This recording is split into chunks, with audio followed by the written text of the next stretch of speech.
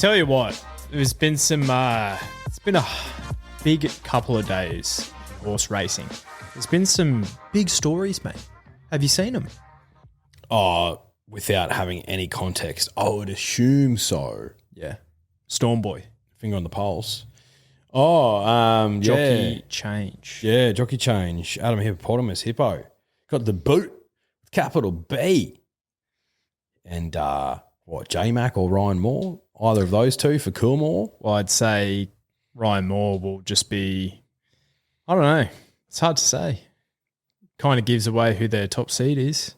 If Ryan Moore rides that, I assume it's going to be Switzerland. Assume. Yeah. I don't know. What do you reckon? I'd say J-Mac has the choice. Yeah, because he's local, right? And also Stormboy will have a tune-up run before the big dance. And as it stands right now, he's clearly better than Switzerland. So, I'd say probably a 75-80% chance that J-Mac rides Stormboy and Ryan Moore flies in and rides Switzerland. Geez, you have to feel for Hippo though. What's he done wrong? Clearly nothing. And that's what I'm shocked about is Coolmore are willing to spend up to $50 million for this colt, and the guy has done basically ridden him in track work on race day. They're like, sorry, mate, you're not good enough. It's like, hang on, aren't you kind of contradicting yourself?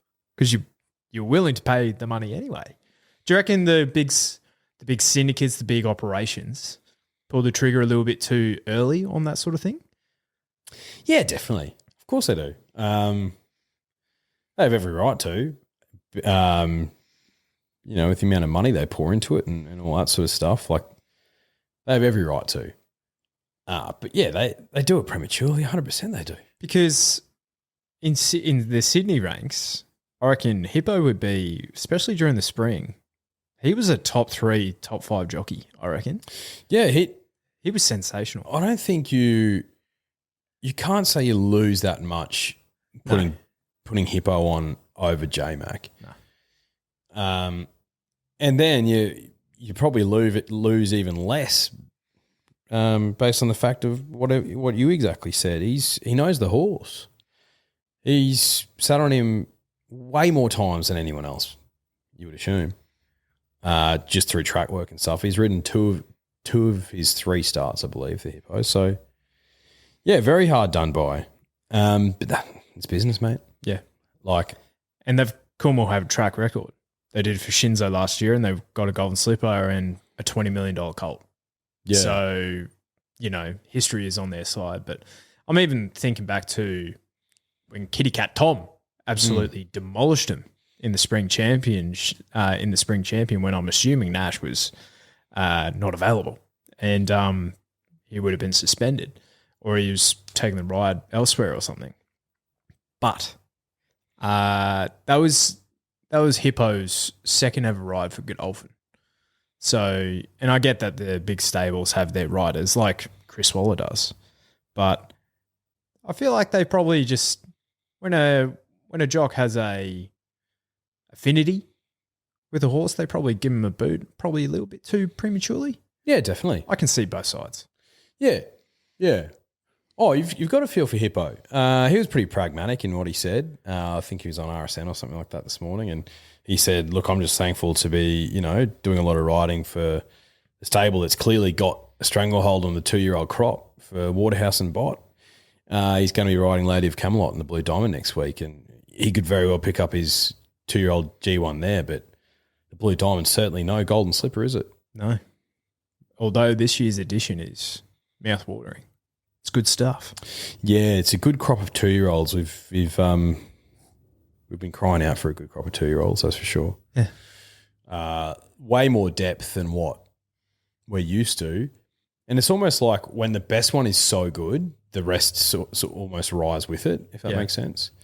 Like when you have a dominant weight for age horse like Winx, for example, there's so many other horses who are really, really good who in any other era would have won, maybe 4 or 5 Group 1s. Hartnell. Yeah, exactly. Humidor. Yeah. He was good. He was very good. No, and I think, and maybe this is the wrong thing to say, but I'll say it anyway. I feel like when it's a good group of colts, it's a better 2-year-old year. Yeah, 100%. Yeah. That's what it's all about. Yeah. You're not racing bloody, you're not hoping a 2-year-old gelding wins the bloody slipper. No. And this goes back to the point we were making when we were doing what would the ideal Fairyland Group 1 calendar be, and what would the pattern look like. We're talking about, combining the 3-year-old filly Group 1s, particularly with the 3-year-old boys Group 1s, which are open to fillies anyway. And when a good filly beats up on the colts and the geldings and the 3-year-old guineas or a Coolmore stud or whatever, it's no one except for the breeders and the owners of those colts, no one gives a shit. Yeah. And if anything, it's good because you only want your best colts going to stud, and the best colts will beat the best fillies. 100%. So if you're not the gravy, then get away from my chips. With all respect to Fireburn, she was, in retrospect, like one of the best visually Golden Slipper winners in recent times, but she's not. She has nothing on the rest of these. No, like if Fireburn did exactly what she did in the slipper this year without the slipper being run, you sort of...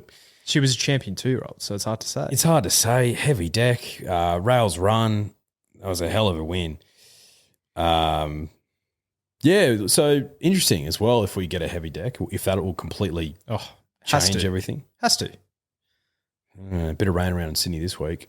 Yeah, it's hard to say because the radar's saying it's like at most 10 mil in one day, which is still a fair chunk of rain, but it's one of those. It's like 28 degrees, so it's hard to say. It's one of those if it's soft on the day and just change your tips accordingly if you need to. If you're going down a direction of a hard tracker, there's always next week. Give it a leave. If Storm Boy wins the Golden Slipper, would he be a top 5 racehorse in the country? I think so. Yeah. I think so. Well, let's get into it because we teased it on the review podcast. I have a couple of honourable mentions off the top. Pride of Jenny. She's probably first or second emergency for me just because sheer weight of numbers.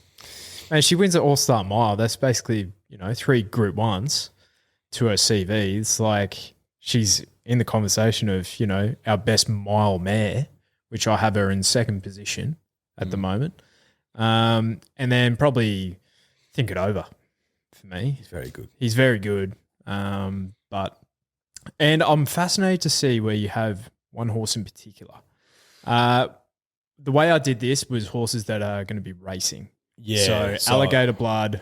Without a fight, not on the list. Giga Kick. Yep. Not on the list. Yep.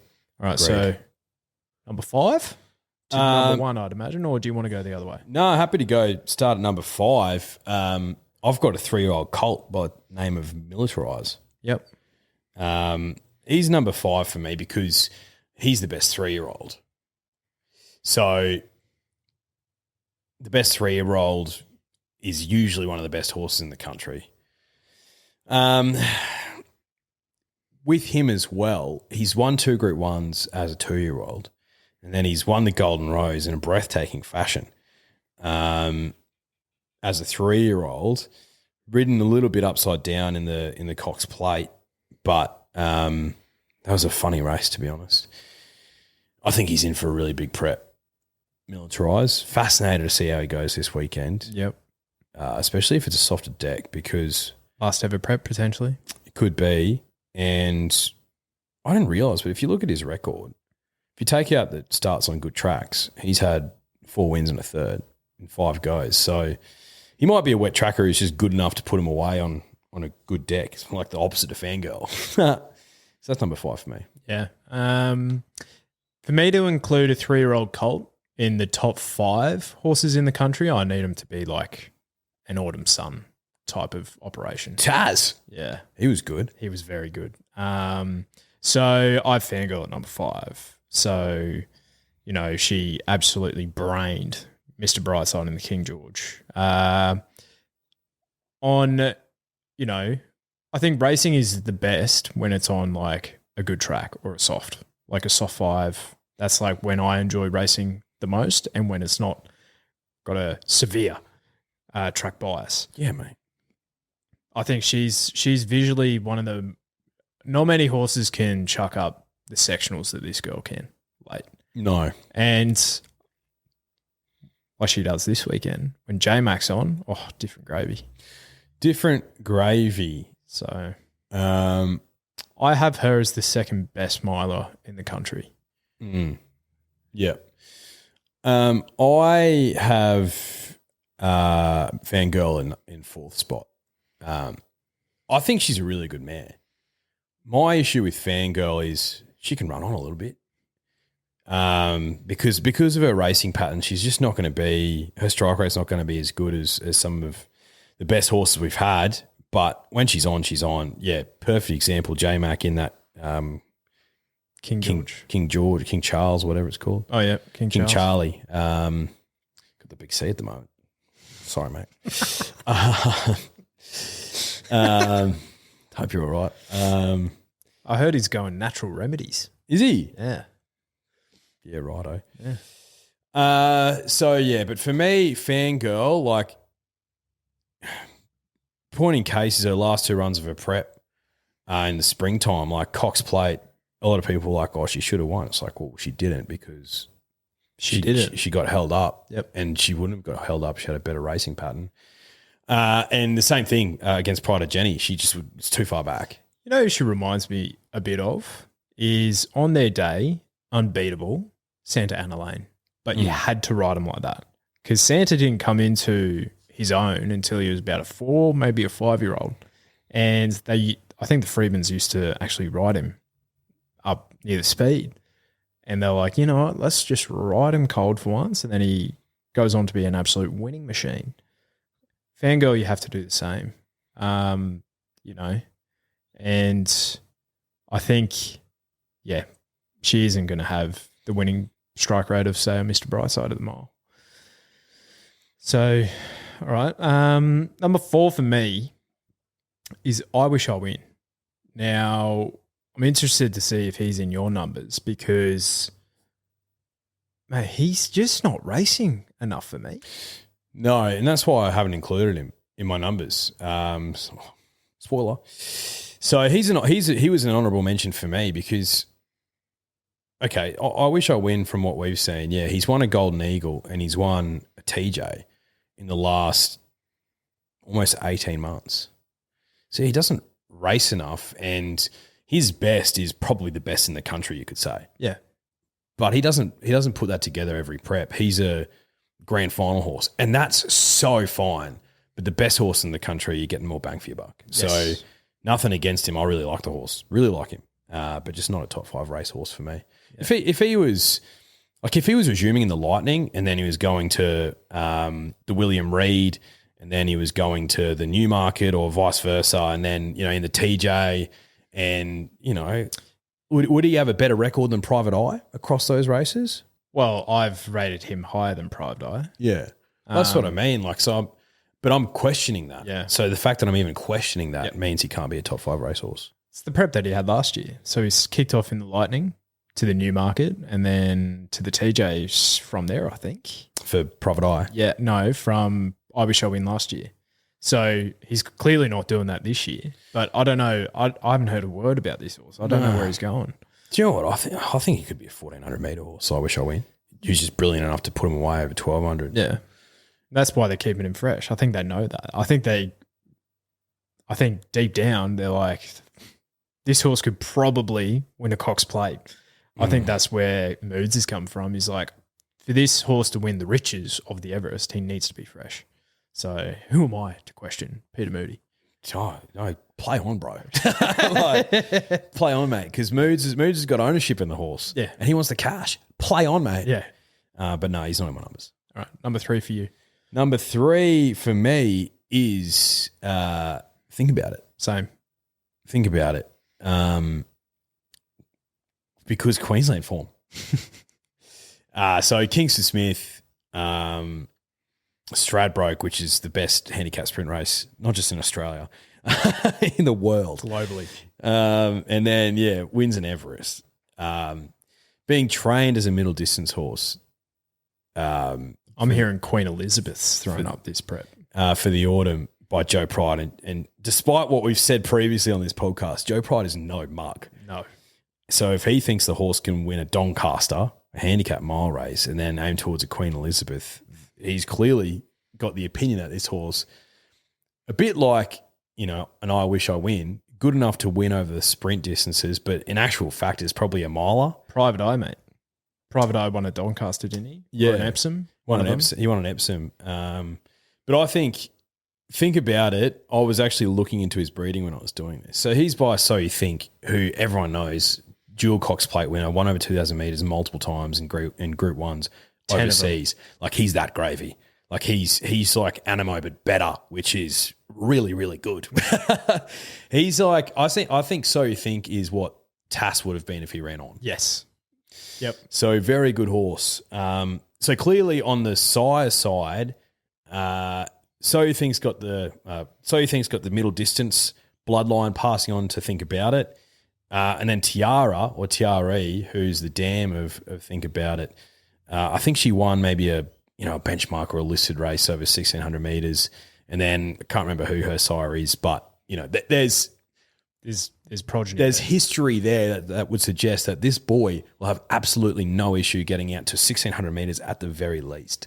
And I think that this horse can win Group 1s over 1,600 metres. Like, the Stradbroke's 14, right? Yeah. So he's just got to go another 200 metres. Won 2 of those. Relatively lightly raced. Kingsford Smith as well. Like, so, he won at Way for Age and the handicap. So, he's ticked both boxes. Yeah, he's a gifted horse. You know what's scary? He could be better out further. Like, he reminds me of Alligator Blood a bit. Like, on speed, just tactical, yeah, bulletproof. Yeah. And he's more bulletproof than Private Eye is. 100% he is. Because Private Eye is probably a bit more brilliant to the eye. Turn of foot. We saw that in would have been the Giga Kick Stakes, where everyone thought Private Eye was home. No more than yours truly.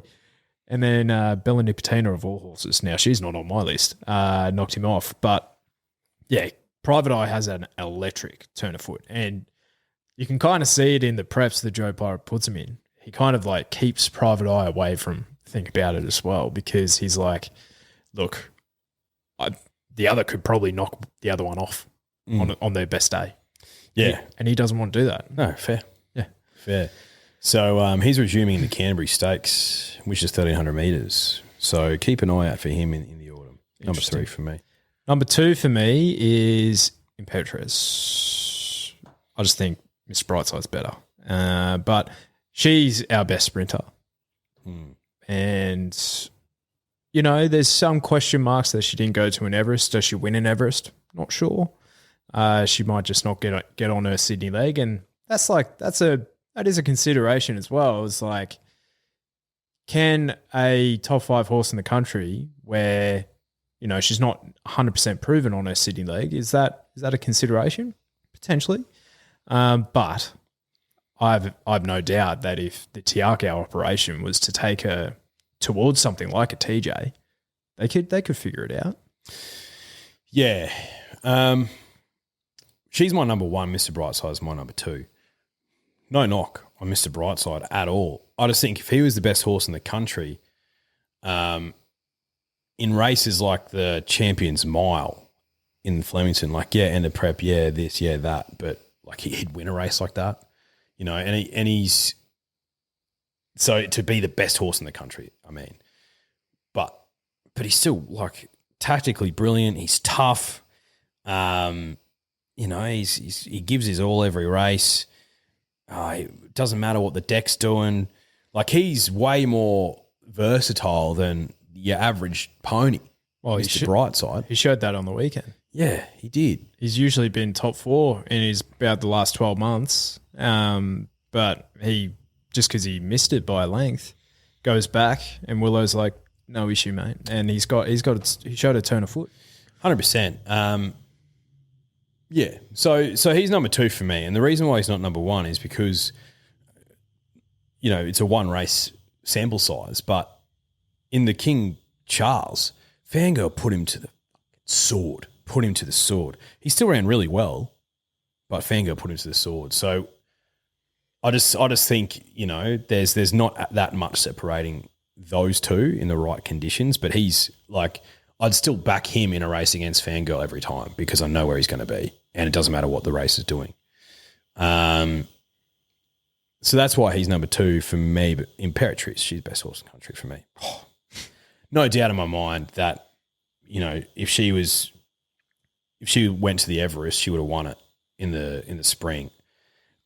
Yeah, I think the clockwise versus anti-clockwise has to be a consideration. But if I'm looking at that one race where Artorias beat her and grew wings to beat her and saying, oh, she's not as good going clockwise as opposed to anti-clockwise, I don't think I'm, I think that's taking too many pegs off her. Do you know what I mean? Yep. I think I honestly believe she would have won the Everest, and I also think that she'll go to the TJ and win that. She's a 5-year-old mare now. She's had plenty of racing. She'll adapt. She's had like 23 starts with 17 wins and like 4 placings, 8 Group 1s. Like that's an incredible record. And anyone who's saying, oh, she hasn't beaten our best sprinters, who's she beaten sort of thing. Well, she put a bloke called Giga Kick to the sword first up last prep. Yeah. I think this weekend we'll learn a lot. If she loses this weekend, then egg on my face a little bit, but I don't think she will. Yeah. Spoiler. But I can also see why he put Mr. Brightside on top. He's so good. Yeah. Like if he's a lip away from a Cox Plate, our best weight for age race, typically the best horse wins that. Romantic Warrior goes on, wins more Group 1s in Hong Kong after. Yeah. He'd be competitive on the world stage. So that's where I go like, okay, at middle distance, like we've been crying out for a gelding like this. I think we're kind of looking past the obvious, but I understand where you're coming from too. Yeah. Did you see the Q22 is now a gone ticket into the Caulfield Cup? So it should be, mate. That's an absolute no-brainer. Like, we've said it time and time again, like the Queensland Carnival is absolutely imperative to shaping up the spring. Yep. And we saw that from the Stradbroke Handicap the last 3 years. Form race of the year. Yeah. And the Q22, without a fight, wins that. Caulfield Cup, Melbourne Cup. 3 editions of the Q22. First one was Zaki. Now, that was when he was scratched on race morning of the Cox Plate. Second one was Numerian. Now, Numerian, I think, went on to run 2nd or 3rd in the Caulfield Cup that year, and then without a fight, obviously. So I think there's enough form there to go like, okay, this is one of our best, especially given the timing of it. It's just absolute no-brainer. No-brainer. And it's only, we've only got 2 races, I'm pretty sure. Not Group 1s, but I'm pretty sure we only have 2 races further than 2,000 metres at a weight for age. What? Q22 and the Tancred. Mm. So if a horse is braining him like a without a fight at weight for age over 2,200, drop a little bit of weight out to 2,400 metres. Yeah. Clearly one of the best form races.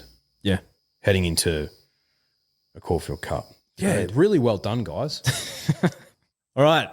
Some tech issues. We're back, though. Apologies if there's a bit of an annoying hum after we're talking. Him. I'm not annoying him. I am him.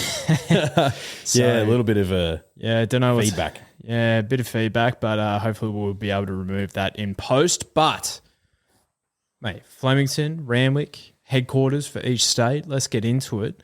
The Lightning Stakes. Shall we preview the Group 1? Yeah, let's get into it. Let's do it.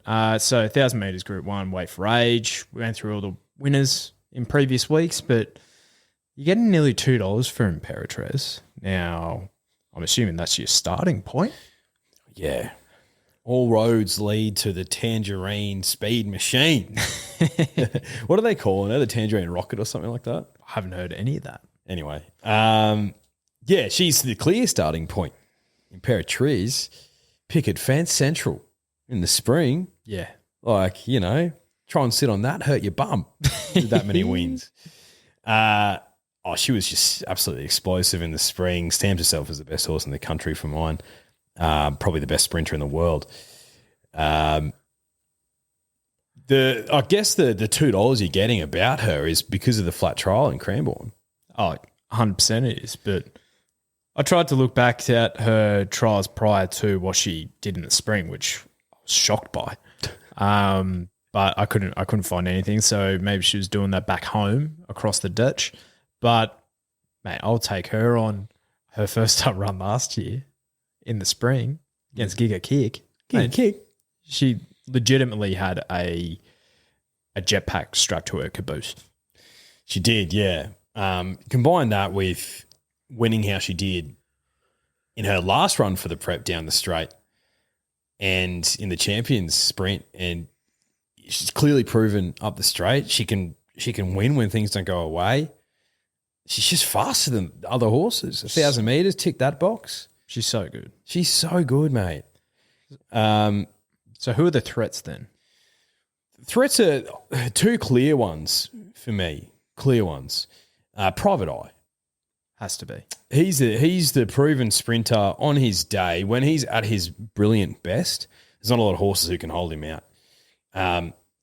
For mine, I think he'd probably be better over 1,200 metres, but he won first up in the shorts. I'm pretty sure he's first up in the shorts, which is 1,100 metres last prep. Yep. Yeah, I believe so. So I'm just looking at it, and for whatever reason, RaceNet just removes the race names now from prior form. But yeah, he was first up over 1,100 at Way for Age at Randwick. And from memory, you can't tell me that he would have lost that race if it was over 1,000 metres, right? Yeah, no, don't think so. I don't think he's potentially overpass was hard to get past. Yeah, true. But yeah, look, he's a 1,200 metre horse. Can he win this over 1,000 metres if he's at his absolute best? And if Imperatriz has an off day, then yeah. But I think that's if you're looking at any race, a little tip for you, drifters, from a punting guru. Terrible. Self-affirmed. If you're looking for a horse to have an off day to tip against it, you're not doing it the right way. No, I don't think so. It's a Private Eye for me, and 3-year-old Colt Iron Stockball is probably the other one. Ran second in the Coolmore. Yeah. I thought he was great there. He's been trialling really well. Okay. The stable's been putting a rocket up his arse, saying that he's ready to go. J Car on, gate 3. Didn't win last prep, but he was there or thereabouts. If he's come back as a man, like they're saying that he has, these 3-year-old colts, there's just something about him, isn't there? Yeah. So I think he'd be the threat, but $7.50 for him, $6 for Private Eye. I know which way I'm leaning, obviously. Yep. They're the two main threats for me. Okay. What do you reckon? I think Cylinder for me. Outside of Private Eye is the obvious. He's my firm second selection. But Cylinder, I feel I can field the placings. I feel like you want to be with this colt early in his prep. And like the Coolmore last year was just one run way too many for him. Like we've seen in previous years, like obviously with Home Affairs going to the Everest and then he won the Coolmore, but I think you have to be a A-grade colt.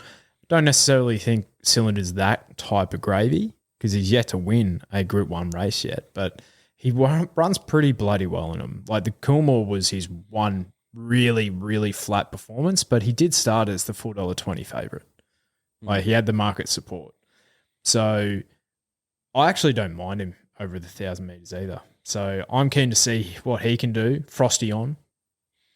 Frosty can nab one of these at, what is he, $9.50? But am I going to back him at that price? No.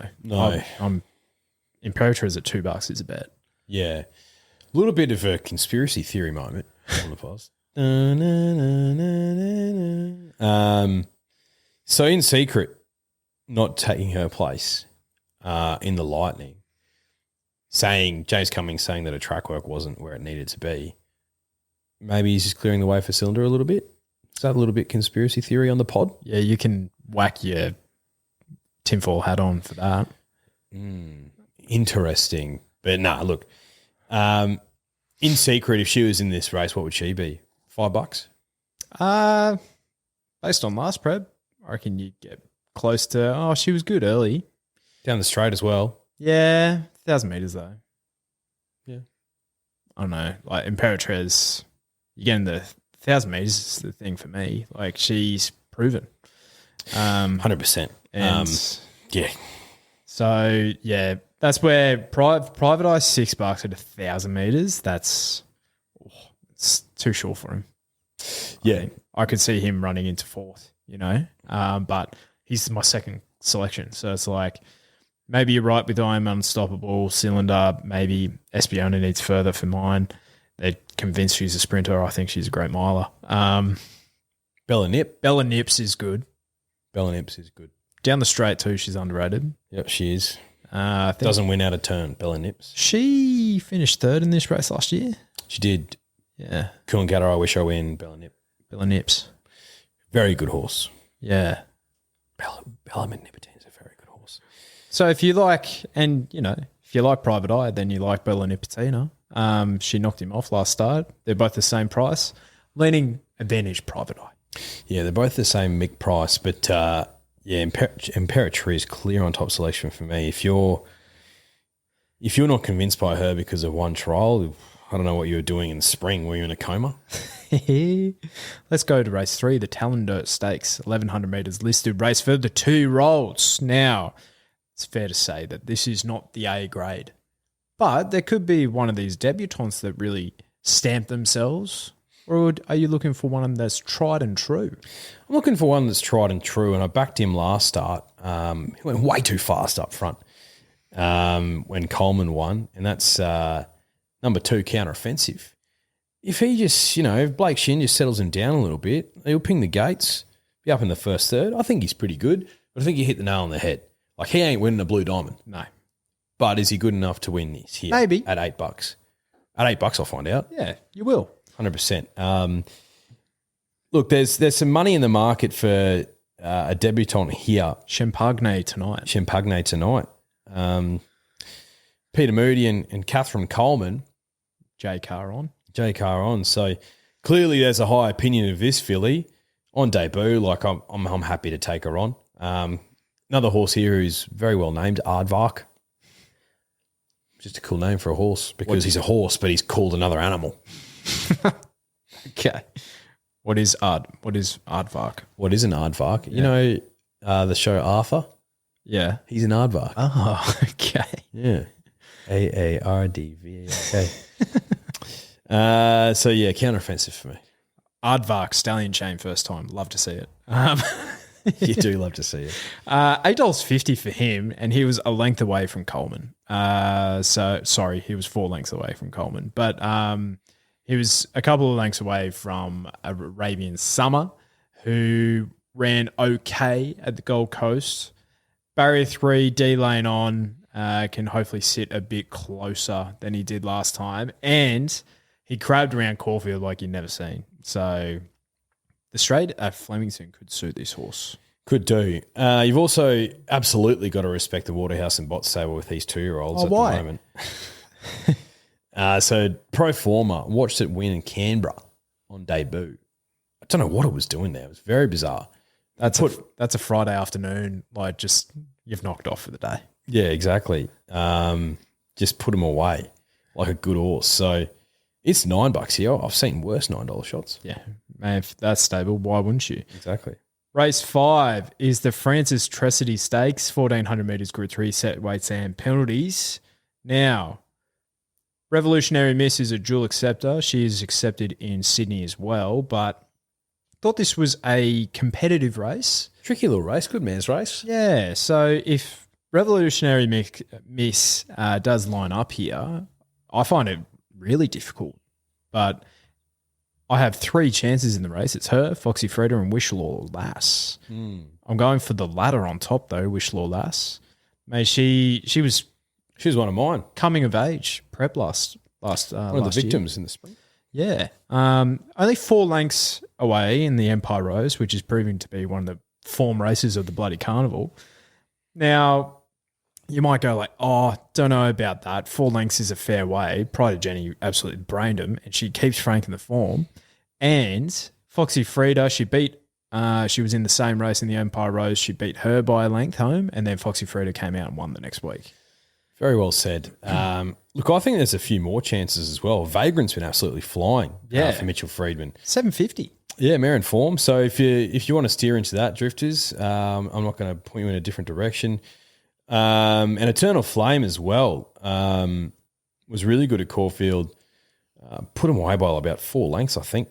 Eternal Flame. So pretty lightly raced mare. She's $6.50. But look, from what we learned at Flemington during the spring, I want to back horses this weekend that are going to be in the right spot. And Wishlaw Lass, we know she goes forward. I think a freshen up do a world of good. She's still a lightly raced mare. So by the end of it, she was at the end of her prep, and it all came a bit too soon for Wishlaw Lass in the Empire Rose. So put a line through that, and you look at her previous 3 starts, and they were bloody good wins. She's a tough mare. D-Lane, Frosty on. Yeah. I don't really love going outside of like 4 runs into a prep. That's where I'm like most bullish. 3rd up, 4th up into a prep, where that's where she was doing her best work. And then the afterthought of the Empire Rose. You had to run her in it. 100% you did. Yeah. But Pride of Jenny would have been, 3rd up there? Maybe 4th up? Yeah, maybe 4th up. Because I think she had 5 runs for the prep. And, yeah, she knocked off an Empire Rose and then a Champion's Mile. Why wouldn't you the next week? Vagrant for me, that's a concern for me. She's going to be 5th up here. Has she run her races? Potentially.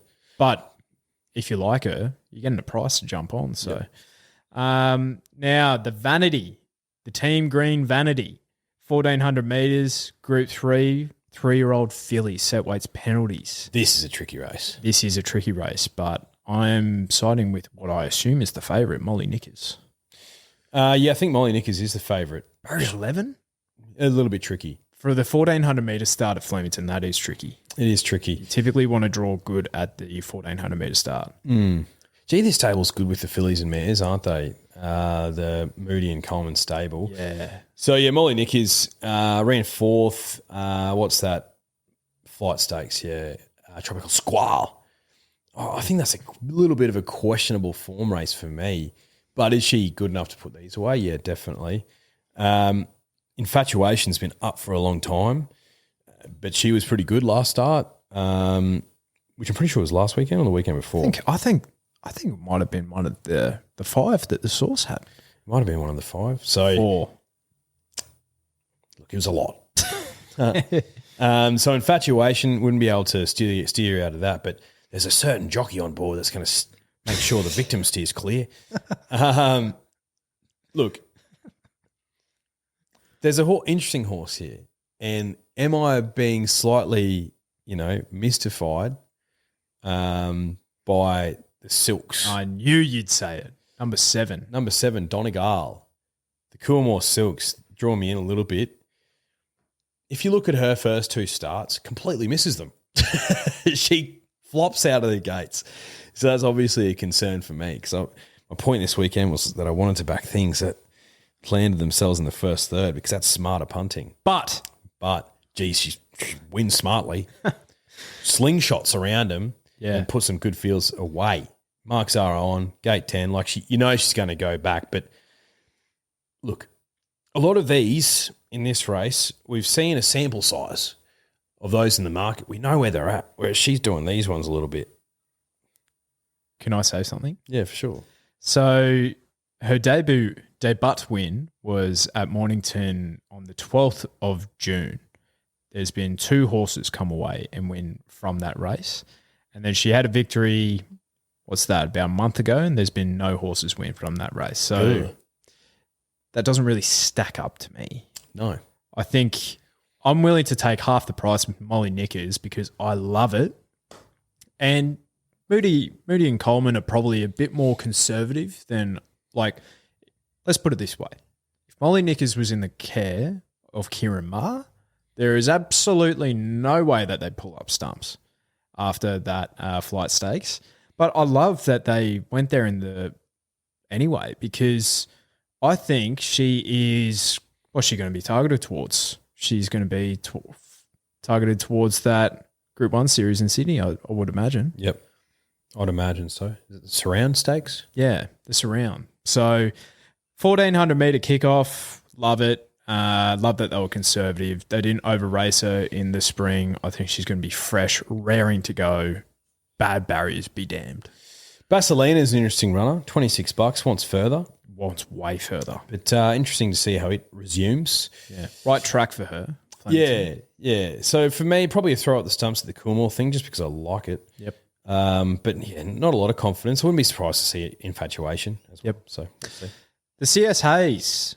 Now, this is typically a pretty good race for the 3-year-old colts and geldings. Set weights penalties, 1,400 metres, Group 3. I think Tagaloa won this one year when he was wearing the green of Yulong. Yes, he was. And I think he would have started favourite in the Australian Guineas. He finished last. So that was those silks. I think that was the last time we ever saw him. I think it was. So Riff Rocket at $6.50, King Colorado at $3.20, and you also have a Targo at $4.20 in those Roll the Dice silks, which they have claimed a few promising horses over the journey. They certainly have. And there's only one stable to bloody train them, Mick Price, Michael Kent Jr. And the likes of Verdad, who clearly did not get the 2,500 at the Victoria Derby, but was sensational prior to that. And he is a justified gelding, which that must have been a tough decision to geld him. But I thought it was really difficult to separate the two top weights here, Riff Rocket and King Colorado. Yes, very difficult. Riff Rocket, I just don't know, what's the end game for Riff Rocket? You know what I mean?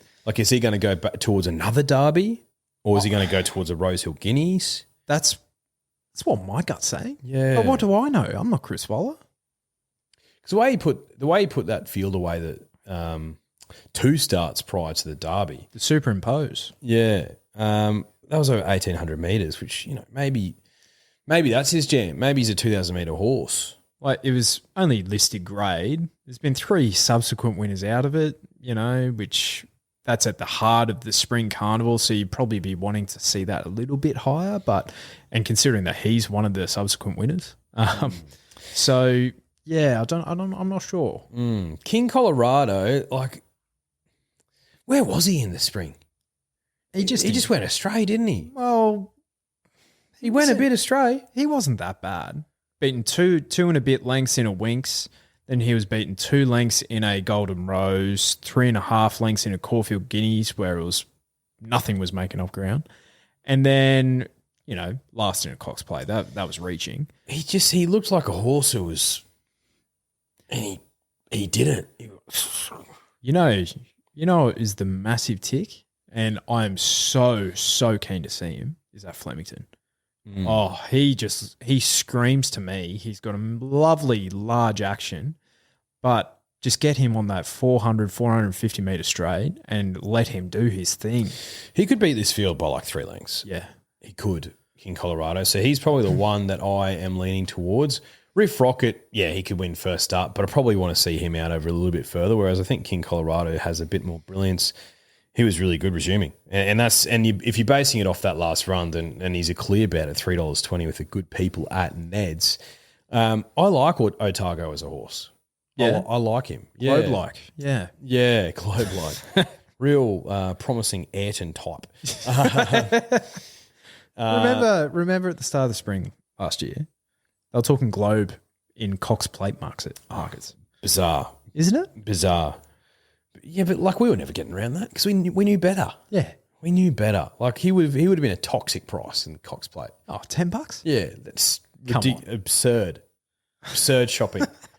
You're shopping, you buy that, you come home, you're putting away your groceries, and you're like, oh, fuck, that expired 3 months ago, and I still had it on the shelf. I like Otago as a horse. He draws a nice gate here, and he's a bit of a prick jockey. Benny Mellum. Yeah. Yeah, he goes like, you think you're on the big dog.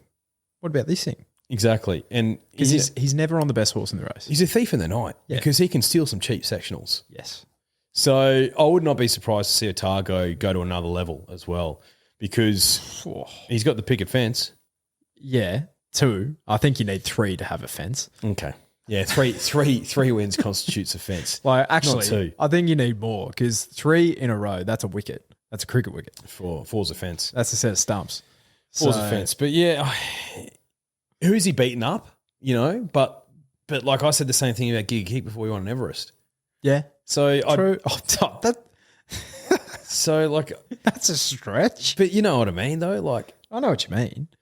I just want to see him, but I think King Colorado wins. So, what would you want for Otago in the Australian Guineas market right now? Oh, at least $10. You're getting 11. Yeah, that's all right. Is it? Yeah, he looks pretty smart. Like, but the thing is, who's he got to beat? King Colorado, V8, Riff Rocket, Snow Patrol, Zip Away, Orchestral. Orchestral's a Kiwi thing. Yeah. Yeah, see, look. They're saying she is an absolute moral in the vinery.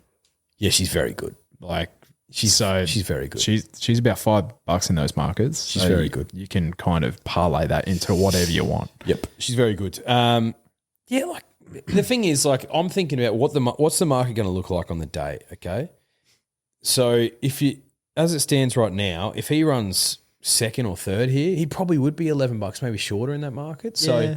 So I sort of understand that, but King Colorado, like for me to justify his $3.20 quote, you're sort of trying to forget about the spring and you're looking at his first up run. Yep, which was good. It was great. Sometimes it's that simple, or is it? We learned last week with Asfura. It's not that simple. It's not that simple. The Elms handicap is race 9 on the Flemington program, 1,400 metres, listed race open handicap. Now, Jimmy Starr, your guy, $1.50. I wouldn't say he's my guy. Oh, you were a fan of him? Yeah, well, I was a little bit. You know what I was, and do you know what sort of spoiled the milk for me? Bloody Melbourne Racing or Racing Victoria being like, it's the All-Star Mile car. So the All-Star Mile winner, Jimmy Starr. Oh, jeez. Like that just spoiled a little bit because it's just like, don't get too carried away. Yeah. Give the man a chance to, earn his stripes. Mate. He's $1. Mate, there's some skinny prices in the market this weekend. You know what that says volumes about the All-Star Mile is that they've already talked to Chris Waller about Fangirl. No way she's going there. No way. Mr. Brightside will because he's like, hey, yeah, thanks. I'll take the cash. Yeah, gelding. Yeah. I'll take the money. Yeah. So I think they're going like, look, the offering is going to be actually pretty. We're going to have some sort of narrative here for the up-and-comer. And he's probably, to be fair, one of the better up-and-comers coming around. Oh, definitely. Definitely. Would you have copped it if I think this is his first time at listed grade level. So this is his first black type race. Would you have copped it if he puts this field away by 2? Yes. Okay. All right. So do you reckon he will? I think he wins. Does he win comfortably? I'm gonna put my neck out there and say yeah. I think so. Just the way he won last start, like from the back. Thanks for putting your neck out there at $1.50, Bob. Yeah, but comfortably for me is like 2 lengths. Yeah. Does he win by 2 lengths? Yeah, I think so. You're not sweating. No, but back to $1.50. Geez, that's short. It is. Like there's not a lot of meat on the bone for a lot of things this weekend. No. Like I think there's some meat on Imperatriz, to be fair. $2 is for her is good. Yeah. She's the best horse in the country though, mate. But you know what?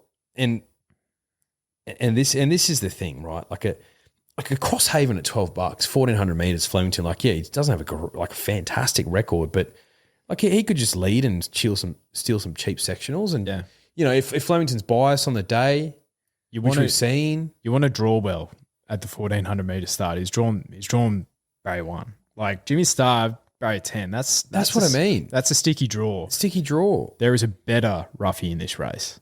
This is the best roughie of the weekend, in my opinion. And hopefully you're going to get double figures on the day, but number 11 coupling with We Gutted Dog, John McNeil in the saddle. But have a look at this for a resume, right? All you have to do is look back at his last 2 runs. Runs within a bee's dick of Zoo Tiger, who goes out and wins like far lap next start, well found by us. And then the next start, he splits bloody, what's that? Is that a couple of sevens? And the dealer has 16? Let me split those. Splits Ayrton and Buffalo River. Now those two run super in the CF4. You could argue this horse has Group 1 form all around him. He's $9. $9. Like, to put this horse in your quaddie, please. Barrier 3 as well. That's what I mean. So, and he's $1.50, mate. He shifted a plate and was lame last start. Shit. So he had excuses. Arguably should have won. So yeah, he's $1.50. If he was $2, I'd be like, yeah. 50 cents difference, mate.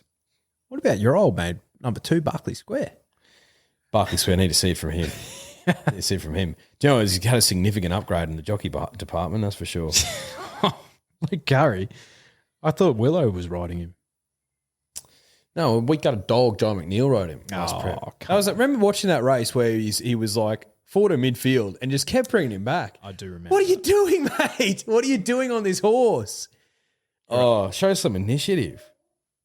Unbelievable behaviour. Let's go to Randwick. But yeah, my neck's on the line this weekend, Drifters, so, pray for me. The Coolmore Piero Plate. Now, I swear there was a race name like this last week. 1,100 metres for the 2-year-olds. Race 1 on the program. Set weights penalties. What have you made of Shangri-La Express's trials? To be honest, indifferent? Yeah, I'm pretty indifferent about them. I thought they've been a bit poor. Yeah. I was I'm probably leaning more towards the average side. Yeah. But everyone thought the same. Bodyguard, and then on the day, absolutely brained him. This horse has been absolutely bulletproof on race day. This is my point as well. So you're getting $1.80 for Switzerland, right? He was good on debut, but in a 2-year-old race, like if you're putting up something at $1.80, don't give me $2.70 for the next in line. You know what I mean? Yeah. Oh, you're wanting at least $3. Yeah. Yeah. Like, I could talk about, masks and Ned Kelly and, decency before he robbed you, but I feel like I've been saying that as ad nauseum. I'd take $3 for Shangri-La Express over $1.80 for Switzerland. Yeah. I would. Yeah, okay.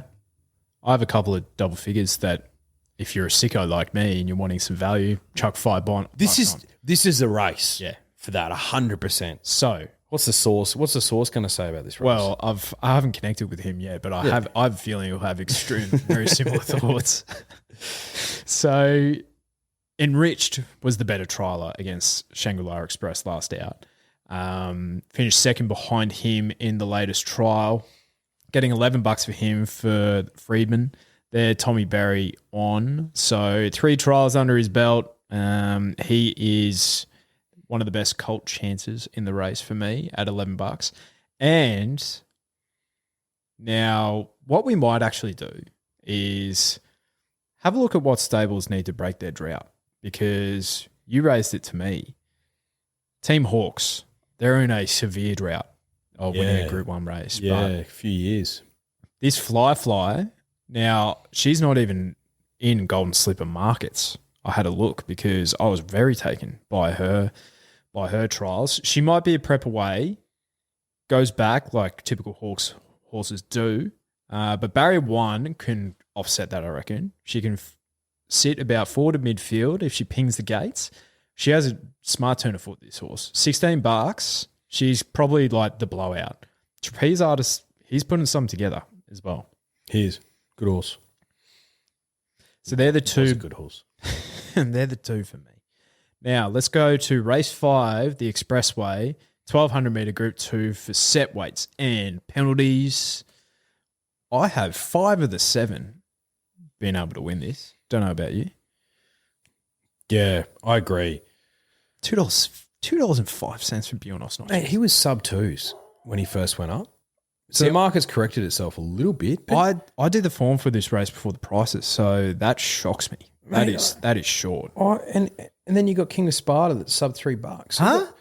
Coal Crusher gave him Wimburn. That's what I mean. So you got two horses that are sub $3 in the same race. It's a 7-horse field. Yeah, that's Like there's no meat on the bone anywhere. give us a chance.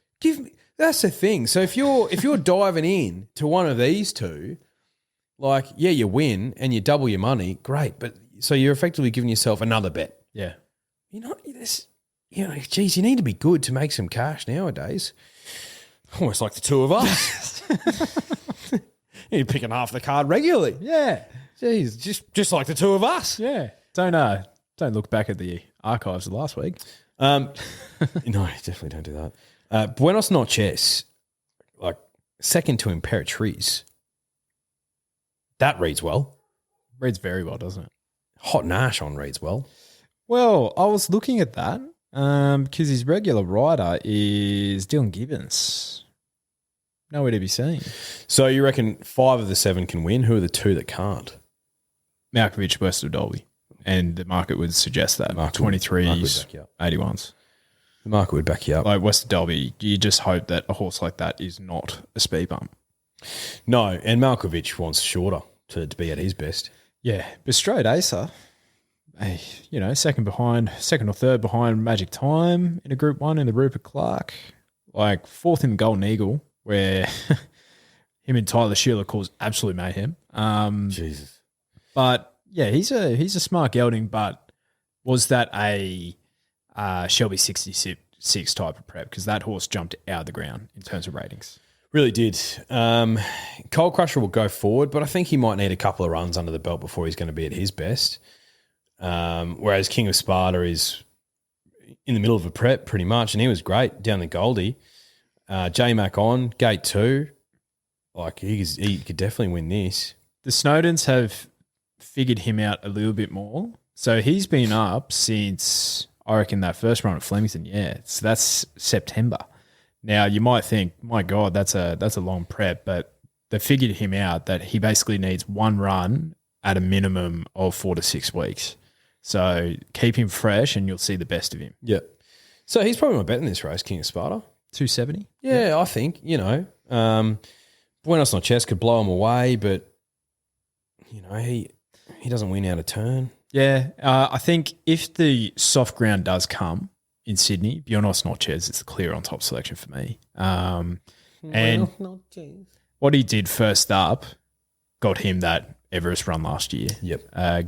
Albeit against the likes of Argentia and Dragonstone, but he absolutely brained him. He's got brilliance about him. Yeah, he does. He just has a think about it. Yeah, he's a colt. Good to see. Now, the Triscay Stakes is race 6, 1,200 metres, Group 3 for the mares. Couple of non-winners in here. A few nonnies in here, isn't there? She's all class. Cess Magique, Olentia. Revolutionary Miss was one of those, but she's put a few wins together. She's got some confidence, Revolutionary Miss, at the moment. Look, CS Magique first and foremost. Oh, I just saw the price. You're kidding me. Way too short. How is she $5? Way too short. How is Olentia $3.40? Way too short. I am shocked. Both of them could put this field away by 2 or 3 lengths. But I've got to see it, mate. I have to see it. I've got to see it. You're not seeing me. That's what I mean. What are these prices? What's going on? Like, Point of consumption tax. Give us a chance. Like who was the most impressive horse of the spring, right? Imperatriz without a fight. If you have the opposite end of that, 1-2 for me, Olentia was 1 because she was so promising early, and then she offered up absolutely nothing. Dross. Although she did get really poor barriers, which cannot possibly help. No. But Cess Magique she'd be on the podium if not just outside. Very disappointing. Look, Olentia, big tick, gate 3, big tick, go Tommy Berry or Hallelujah on. That's a big tick for me. He's in form, Tommy. He's hungry. But I'm betting around him in this race. I'm looking at number 2, Samana. 100%. She was phenomenal down the Goldie. It's an easy bet. She'll roll forward. Easy bet. If it's a soft deck, Jay Collett on, and it doesn't bother her. She's got 2 wins on 3 starts on a heavy, a first and a second, and 3 starts on a soft. Dick. Gate 5, roll forward, create her own luck. Yeah, she's the bet for me in this race. $3.80, I'll take that. Yeah, beat the boys on the Gold Coast too. Yes. Always love to see that. Yeah. Jay Collett, one of the best wet track riders. Clearly. Kieran Maher must have a very high opinion of this girl as well because she was nommed for the Apollo. Yeah, right. She's been scratched from that race, but he's clearly put her in there thinking, she draws poorly in this one but draws well in the Apollo. I'm going to run her there. Yeah. Why not? Well, she's yet to prove it at this grade. I guess that's the question mark on her. She's yet to race. She's raced once at the listed grade. Pardon me. But yeah, Group 3 here, I reckon she can secure that black type this weekend for sure. Now, let's go to the Apollo. Now, Samana has been scratched. So, but you see the likes of Think It Over. You have Buckaroo, who's been trialling nicely. Fangirl and Militarize. I assume you go in the way of the bottom weight. Yes, if it's a softer deck, I think he's a clear bet for me in this race at $4.50. A little bit spooked by K-Mac being on board. I didn't see that. But this is probably a watch race for me, mate, because 100%. Because Think It Over could roll forward and steal this race at 1,400 metres. Lindeman's been gelded, interestingly enough. He's been trialling well enough. He could roll forward. Buckaroo's an interesting one for me. The more I look at him, the more he looks like a bet to me in this race. Buckaroo. Yeah. I think you're putting a line through his 2 runs or 3 runs, whatever it was that he had here, his 2 runs. And that's him just sort of figuring out, trying to acclimatise. Sometimes they just don't come over here well. So he's had a few weeks off now, obviously. He's been trialling pretty well. Blinkers on and blinkers off in both of his trials. So Chris Waller's tinkering a little bit. Tommy Berry on. You can't tell me that Tommy Berry can't ride at 55.5 kilos because he'd be a seed over K-Mac for me in terms of you'd have him on Militarize if you could, but I don't know. Kieran's probably light already for the day. Yeah. So he's probably the horse I'm most interested to see, but again, I can't stress this enough. Fangirl, she went up at like $1.90, $2 I was seeing in some places. Is she a very good horse? Yes. If it's a softer deck, 1,400 metres, first up, she's going to go back 2 metres out the rail. Like J-Mac on though. J-Mac on. Offsets it. Slightly wider gate.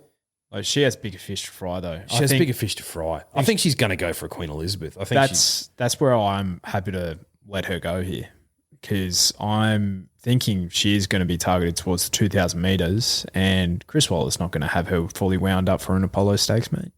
Why would he? No. Because she was unlucky in that Cox Plate and he's like, you know what? We've got another chance for the best mare in the stable. Clockwise. Heaven forbid, it's a good track. She'd almost be the bet in that race. Mm-hmm. I completely agree. So this is a watch race for me. Fascinated by it. I'm hoping there is a bit of cut in the ground because there's 2 horses that I think can salute. One is Buckaroo. I think he just did not get around the hard Australian tracks for his 2 runs in the spring. They were talking Cox Plates with that horse, so he'll be targeted towards a Queen Elizabeth as well. But, yeah, so he is one. The other one, what's the old boy Cascadian done wrong? Absolutely nothing. Bit short of his best, but, he's bloody honest, Cascadian, these days. Think It Over's the other one too. He can win. 100% he can win. Yeah, so I agree. I think it's a bit more of a watch and learn race for sure. Now, the light fingers. My God. Don't some of these pass the baton to each other? Where are you starting? Oh. Do you know what? I'm just going to put a line through for this race that sort of crop of your Tiz Invincibles and your Komochis and your Arctic Glamours and your Fossils and all that, I'm just going to put a line through them because I don't think they're like top class fillies, okay? You're getting sucked in again, aren't you? So I'm going to lean towards learning to fly. The Coolmore Silks. Oh, I've really liked what I've seen from her. She was my Golden Slipper pick, remember? So I've got a soft spot for this girl. Haven't seen her at the races since the Golden Slipper because things did not go right for her in that race at all. Knew my race was over pretty early doors. Love that they gave her the spring, though. 100%. Let her forget about all that madness that happened in the Slipper.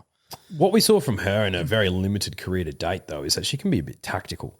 So I think she'll roll forward even though she's drawing a wide gate and get a spot in midfield. So learning to fly is the bet for me in that race at $4.20. The other one who I think is a ridiculous price, especially if there's some cut in the ground, is number 5, Chris Stilley. In that Lady Laguna race, she ran on really nicely from the back to finish 4th. It was 7. And we remember in the champion day 2 or whatever it was, championships day 2, in the autumn last year on a heavy deck, she was absolutely phenomenal. So if she gets a bit of the cut in the ground, I think at $17, that's a play. Yeah, you can have Chris Stilley for mine. What about number 4, Mumbai Muse? Nothing wrong with her.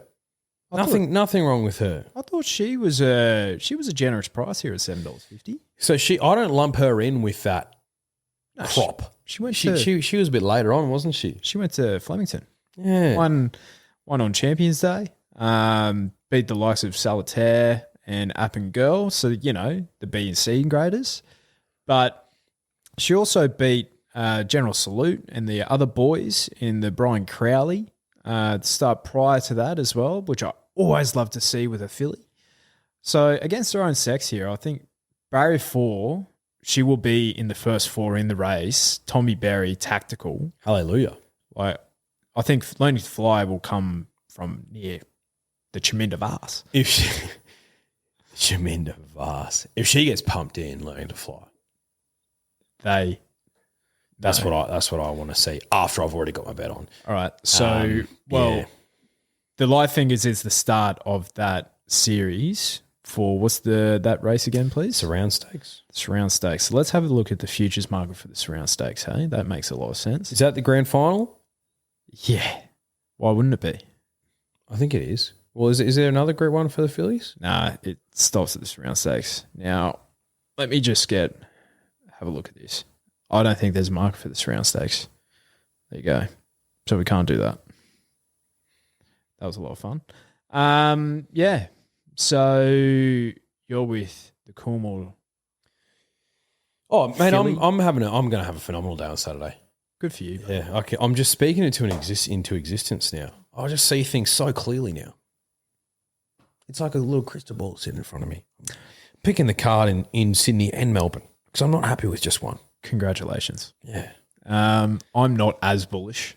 I think it's a really tough weekend of racing, but, that won't stop me from having a responsible play here and there. Look, there's absolutely zero repercussions for me to say that I'm going to pick the card. Like if I lose the first race, which I often do, like who's coming for me? Not me. Imagine if the cops just rock up in my place. Where's Declan Jones? He said he's picking the card. He lost the first race. Get out of here. So night in the watch house. Would I have learnt my lesson then? Potentially. All right. This was a long one, but we'll see you Sunday. See you, Drifters.